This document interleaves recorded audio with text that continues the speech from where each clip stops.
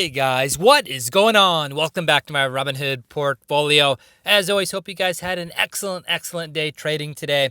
Today I thought I'd go through all of my dividends ever on the Robinhood portfolio. As you guys may or may not know, I've had the portfolio a little over a year and 2 months or so, and in that time I've been putting together a high dividend yielding portfolio that I'm trying to do a monthly dividend strategy, basically getting a dividend every day of the month, every day of the year. And so far, I've been very close to that. A lot of months I have more than 30 dividend payments.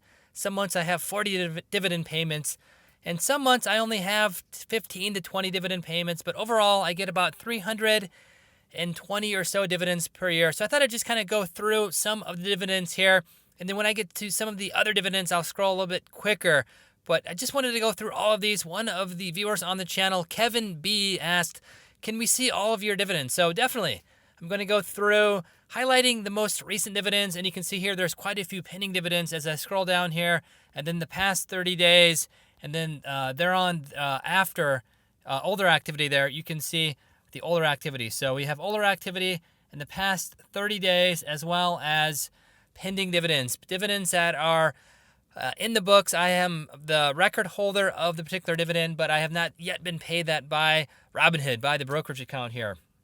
So having said all that, let's jump into the portfolio. As you can see here, there's quite a few dividends that are very good. Ford, for example, $464.40, but that's a quarterly dividend, so I only get that every 4 months. But that's one of the largest dividends in the portfolio, and actually this dividend here is the largest ever I've received from one individual stock, $464.40.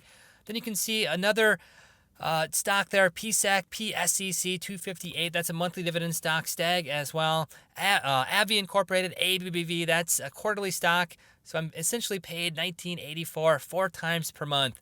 And as I scroll down here, you can see Abbott Laboratories, ABT, another great quarterly dividend stock, $12.19. And then there's a lot of other stocks here. $254. That's a monthly dividend stock. Procter & Gamble, PG, YUM, Yum Brands. And as I scroll down, you can see quite a few dividends here. There's a lot of stocks. I only hold 1 or 2 shares. Basically, the stock portfolio is a learning portfolio, so that's why I have a lot of stocks in the portfolio. They only have 1 or 2 shares. I definitely wanted to get a broad market representation of all of the different market segments to kind of see which one was performing better than the others, putting together essentially 2 or 3 stocks per market segment, and then within each market segment, subdividing into more industries. For example, in healthcare stocks, there's pharmaceutical stocks as well as healthcare companies. In consumer discretionary, there's automotive, there's personal goods, so on and so forth. So that's kind of what I've tried to do with the portfolio. So you can see the last 30 days here, there's about 26 or so dividends in that particular range there. So very close to the goal of every day having a dividend coming in. Then older activity here, I'm going to scroll through this a little bit quicker because there's so many dividends here. You can see a nice dividend portfolio coming in every few days. There's a dividend payment being received. And again, there's not a lot of high dividend payments in a lot of these stocks because I only hold a few shares. You can see another Ford dividend there, $341.85. SPHD, a great monthly ETF, high dividend, low volatility ETF, one of the best ETFs, I think, for younger investors, newer investors. You get that monthly dividend for compounding interest, and it's relatively cheap as well. Very accessible for folks who don't have large portfolios to play around with. ABBV again, Abbott Laboratories. So my pharmaceutical stocks are definitely some of the higher dividend payments in the portfolio, as well as telecoms. You can see Verizon and AT&T there, VZT, 173, 980, respectively. So I'm going to start scrolling through this a little bit more quickly here because there's so many dividends here. Another 4 dividend payment. So these are the dividend payments. Hope you guys can follow here. I'm scrolling very quickly through this because there's just so many dividend payments. I don't want to have this video go too long here. And again, this is in response to Kevin B. Wanted to get an idea and representation of how many dividends I've received so far in the portfolio. So these are all the dividends I've received on the portfolio to date in the Robinhood portfolio here. Again, the account's been up about a year and 2 months or so, plus or minus. So you can see here quite a few dividends here. So very happy with my dividend income so far, but by far the largest gains I've made in the portfolio have been day and swing trading and then capital appreciation as well. But a few of my stocks have been contrarian plays, Ford being the quintessential example of that. It is trending down. It is very, very cheap right now, which I think is a great long-term play.